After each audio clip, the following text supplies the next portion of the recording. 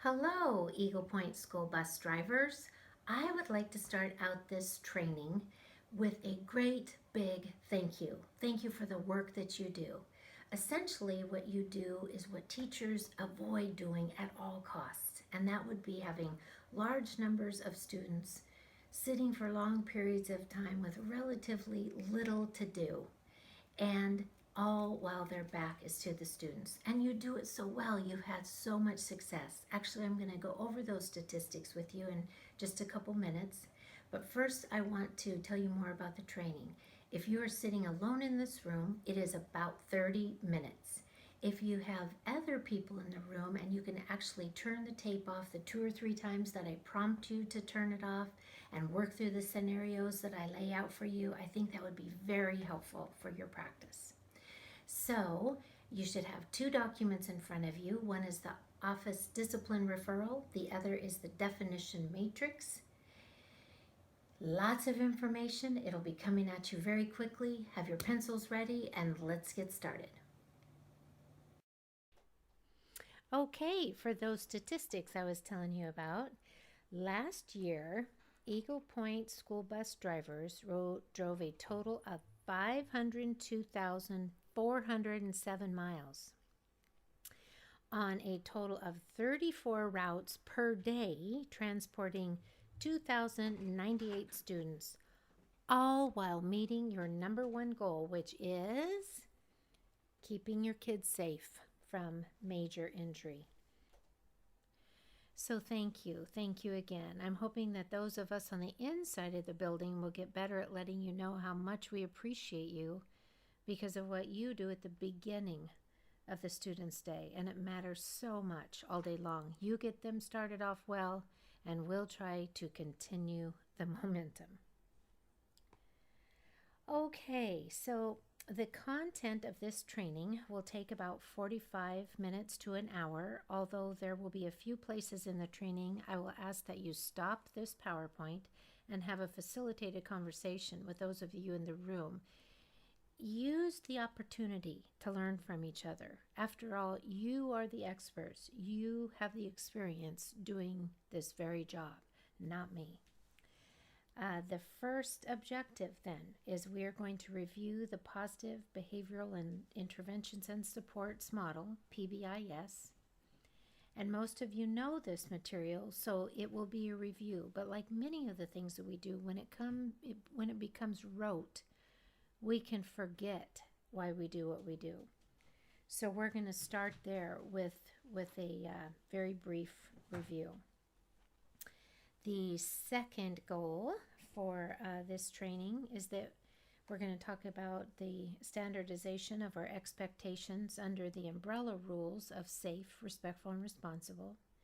So these broad umbrella expectations are taught through using examples and non-examples, what the behavior looks like or doesn't look like.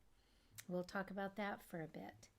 We are going to create a plan for teaching those expectations. That is the third major objective of this training. Big idea there is what you want, you teach. The fourth objective is we're going to share additional strategies for reducing behavioral issues on your bus. And these strategies are well researched. And by the way, these strategies work for all of us, not just kids. We'll talk more about that when we get there. And also, this is a place that I'm going to ask you to stop the slideshow and share your wisdom with each other. And lastly, we are going to calibrate our responses for writing bus citations, what we would write them for, when we would write them, why we would write them. We want our citation data to be about student behavior, not about our tolerance level or our pet peeves, etc. Anyway, more about that when we get there. Okay, first objective. In a nutshell, what we want to talk about is the philosophy of PBIS, and it is represented in this pyramid that is on the screen in front of you. So when you are thinking about the green zone, you're thinking about most of the kids, most of the time, are self-managing their own behavior. They're doing the right things for the right reasons, and they have intrinsic value for doing so. So it's in this green zone. Our work as adults is to make sure we notice that behavior and that we frequently draw attention and express appreciation for the behavior that we want and want more of.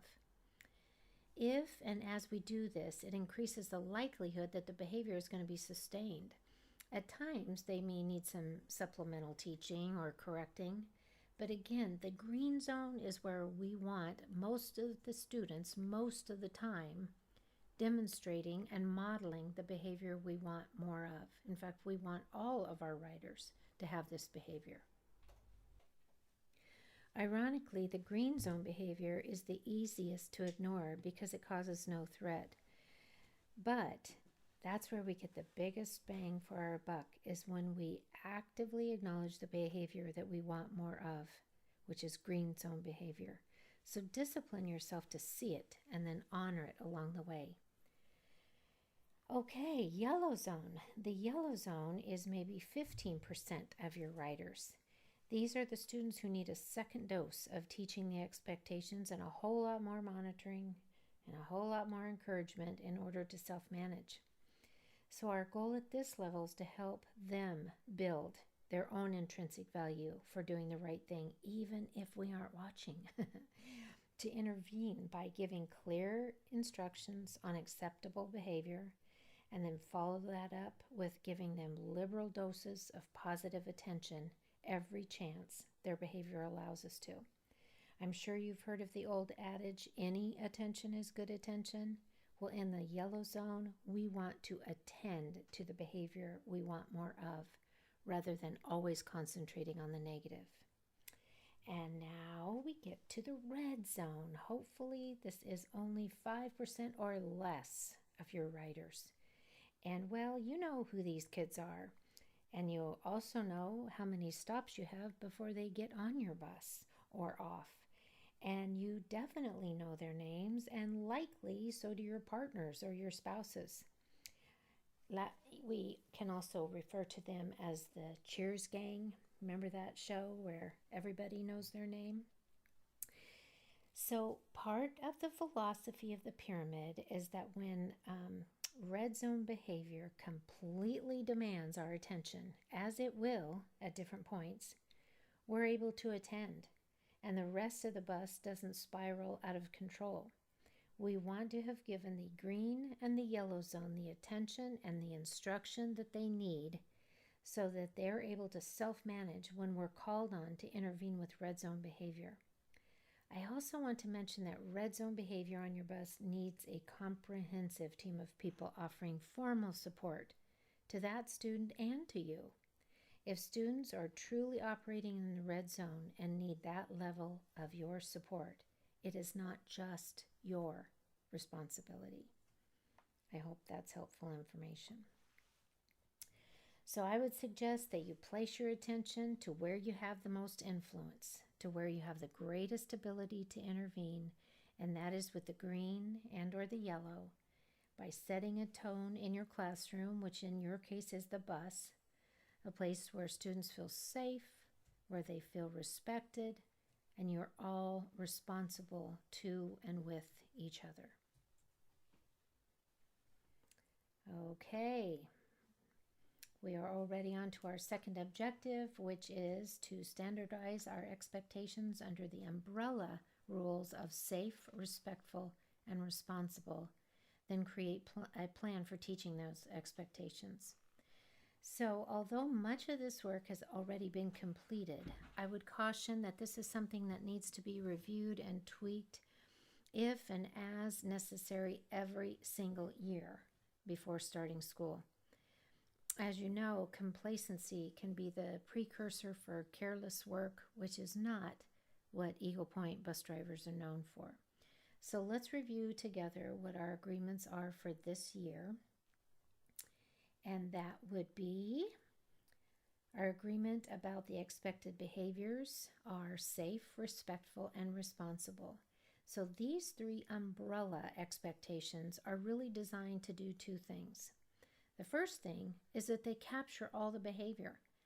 I've not really found a behavior that couldn't be included in one of these three, either safe, respectful, or responsible. And secondly, they are designed to create higher order thinking skills. We want our students to be able to think about how their behavior, how it applies in different settings, and to be able to generalize that. So because of that, we want to teach our writers to do just that, to be able to determine if their behavior falls inside or outside the definition.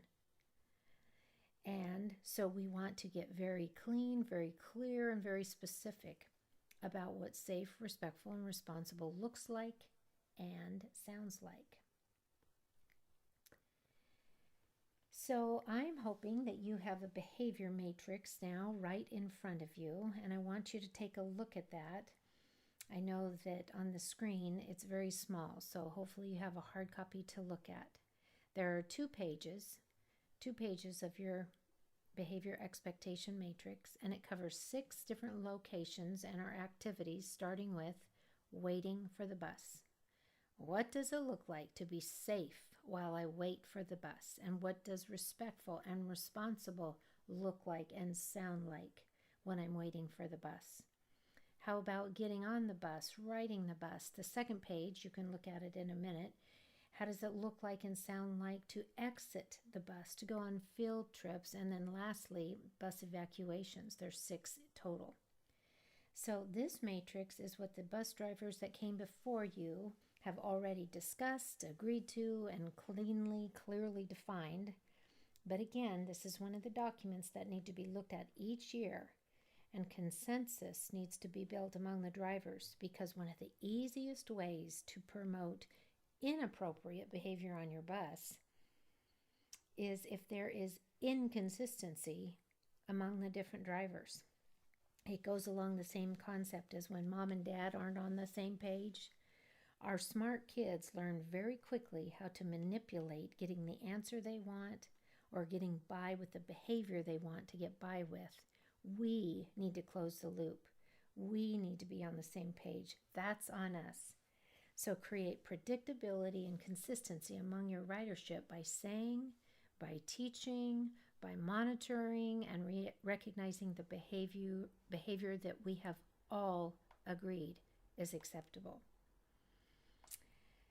So next we're going to take a look at the lesson plans that were developed to coincide with these 6 behavior expectations. But first, as an expectation for you, the driver, it is to get familiar, very familiar with this behavior expectation matrix. In fact, do it before you ever leave the driveway. These are our running orders right here. So we have 2 pages of behavior matrix, and then we get to explicitly teaching expectations. These are the big ideas. When it comes to teaching the expectations that are listed very explicitly on the matrix, we want to be specific and to the point. We want to use examples and non-examples. We want to tell them what we want in positive language, not what we don't want. And, just for a little fun, mix it up by demonstrating the behavior, if at all possible. So, you have in front of you, I'm just so hoping, that you have in front of you at least 3 of the lesson plans. Again, these were developed based on the matrix, based on the consensus of the school bus drivers that came before you. And notice that the expectation, when you look at that school bus expectation and procedures and lesson plan, it has the expectation explicitly spelled out. It's written in positive terms, and it gives both examples and non-examples of safe, respectful, and responsible when it comes to waiting for the bus. And then you will see the next one is, and then when you're getting on the bus, and the next one when you're riding the bus. Again, what I'll ask you to do is take time after this training to get very familiar with the lesson plans, because this is what you will use to teach your students the expectations. And this is what all of the other writers or drivers are doing. These lesson plans are written to used as a teaching tool. Don't just read them, actually use them. And we are on the next objective. We want to share additional strategies for reducing behavior issues on your bus. And what we're going to talk about are green zone strategies. And this is actually where, at the end of this section, I'm going to ask that you stop this recording and that you, with anybody else in the room, have a conversation about things that you know work, things that you have tried, tools that are in your tool chest. After all, you guys are the experts. I do want to mention, what do I have here? 6. I want to mention 6 of them. The first one, positive relationships are essential. In fact, they are a non-negotiable. We can get kids to do stuff sometimes because we're bigger than they are, or we can threaten them that we're going to tell their parents or their teachers. But that means they're likely doing it out of fear or manipulation versus doing something good or right or well because of their own intrinsic value and self-motivation for doing so. It's amazing what we will do, both kids and adults, for those people we have a relationship with. So build on that relationship bank account. Then when or if you need to call on it, it's there. One really easy way to start creating a relationship is to know their names. So know them and then use them. Second green zone strategy is, next to using relationships to manage behavior on the bus, consistency and predictability are your friends. So consistency reduces the limit testing because students quickly can see and experience that regardless of the day of the week or what student you're dealing with, your reaction is the same. You're being fair, and as you know, kids have excellent fairness detectors. And by the way, so do we. For example, how many of you have been pulled over by a policeman and your first reaction is you want to say, well, did you not see the other 10 cars that just went by me? Fairness is a big deal for all of us. Consistency actually promotes kids feeling like you're fair, and that is going to reduce some behavior that you don't want if you are consistent across the board. Predictability is about the setting, the schedule. It's about the climate that you as the driver can set on the bus. It's about kids being able to can count on how things go down on this bus with this driver, thereby reducing anxiety. Reducing anxiety has a positive effect all on its own. It helps kids relax psychologically, contributing to a calmer and less hypervigilant response from the riders. So think about this in terms of your own life. Where do you go that you automatically know you'll be safe, physically and emotionally? And where do you go that you're anxious about what it's going to be like after you get there? You can feel the difference, right? Offer that gift to your students and take your own data on how it literally changes the atmosphere or the climate on your bus route when you offer consistency and predictability. Next, notice and quickly acknowledge the behaviors that you want more of. In order to self-manage, we all first have to become aware of a behavior. You've likely read the research that the first thing people are asked to do when starting on a diet is to write down everything they eat. That's because we can become so unaware of our actions and of our behavior that we sometimes need something outside of ourselves to bring attention to it.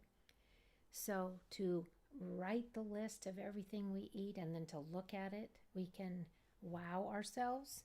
Hey, same thing with kids.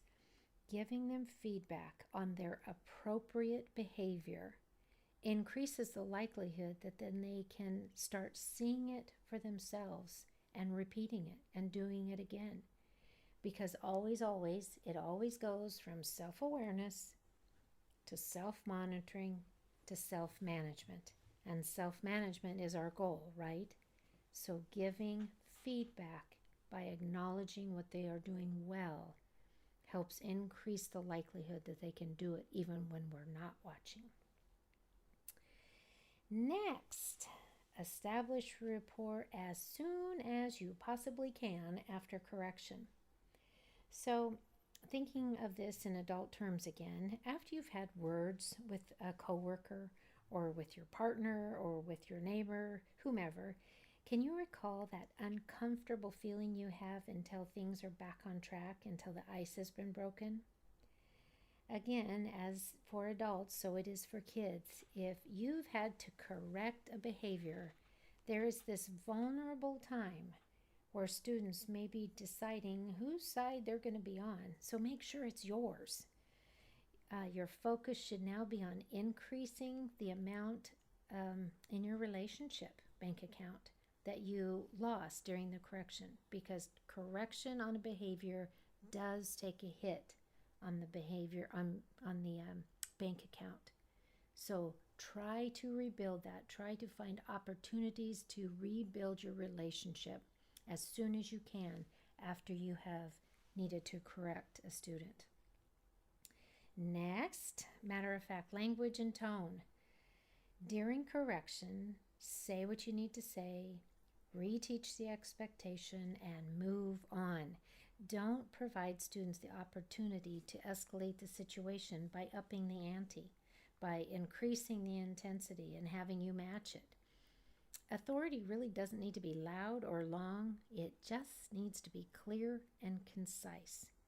So appearing calm, anything but shook up or undone by their behavior is an intervention all of its own. So control the situation by being clear, measured, and calm. And the last thing I will mention is provide active supervision. And I really think of this in terms of two separate things. So scanning and monitoring with your ears and your eyes. So you don't always have to hear the behavior that is problematic. Sometimes you can just figure it out by watching certain interactions. And I think of that when it comes to boys and to girls, and the difference often between how boys bully versus how girls bully. And you can think about that. You probably also can think about the difference, where a lot of times boys are louder when they're bullying, they're more physical, and often girls, it's when they are huddled up and they are quiet and you can't really hear what's going on. Get suspicious. Get over there and scan and monitor in order that you can provide some green zone intervention. So this is the place of the training that I would love for you to stop the slideshow and, with whomever is in the room, have an opportunity to learn from each other. I would ask that someone would facilitate the conversation and concentrate in this conversation on sharing interventions in the green and or yellow zone. Share those strategies and interventions. It's always tempting to think about red, but like we talked about earlier, we want to make sure that the majority of our ridership is able to self-manage. Remember, concentrate on what you want more of. Okay, we are at the last objective on our training for today. It is called calibrating our responses. So first, before we do anything about this, I want to talk about why we would even do this work. Why is calibrating our responses important? So if we have done what we've already talked about in this presentation, like we've gained consensus among all of you as drivers on what is acceptable behavior and what is not, and we've taught those behaviors consistently across all the routes with all the students. We've used the green zone interventions and strategies we talked about to manage most of the behavior. Now we're at a place that we need to have data to help us zero in on those behaviors in those students who need additional interventions and services. As we get clearer and cleaner about when and why we would actually write a bus citation, then we're able to offer those students who need something additional, they're communicating that by their behavior, by the way, that they're telling us they need additional interventions and support. Remember, PBIS, positive behavioral interventions and support, is about just that. It's getting students what they need in order to shape their behavior so they can be successful. So when we are going to do this work of calibrating our responses to behavior, I want you to think about these big ideas. Calibrating our consistent use of the bus citation is the only way to have clean data for decision making. Decisions about when and if a student needs an intervention and what that intervention should be, actually. Decisions about writing or not writing a bus citation. And that is always in conjunction with the definition matrix. You should have a hard copy of the definition matrix right there for you to do this work right now. The definition matrix is always based on these rules: the frequency, the duration, and the intensity of the behavior is what helps us decide the intervention. So keep those big ideas in mind as you actually start moving through these calibration exercises as a team. So the instructions would be for you to group up in groups of 2 or 3. One of you reads the scenario. There's 4 scenarios on your slide. And now, using your definition matrix that is right beside you, I want you to decide what intervention would be called upon after having witnessed the behavior that we have just talked about in the scenario. I hope that makes sense.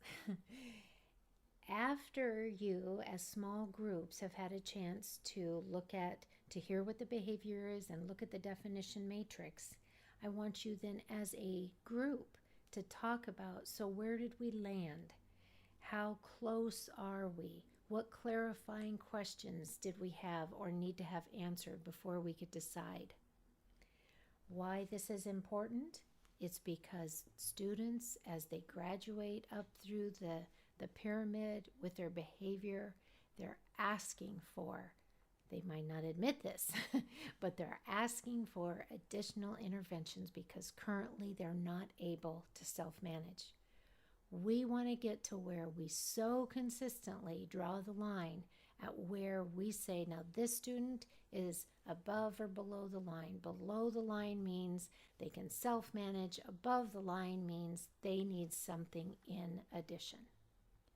We want to help get there. So go ahead and shut off the video, follow the instructions that I just outlined, have a rich discussion, and then come back together, and we are just about close. We're just about ready to finish up. Okay, I hope the last activity was very, very helpful for all of you.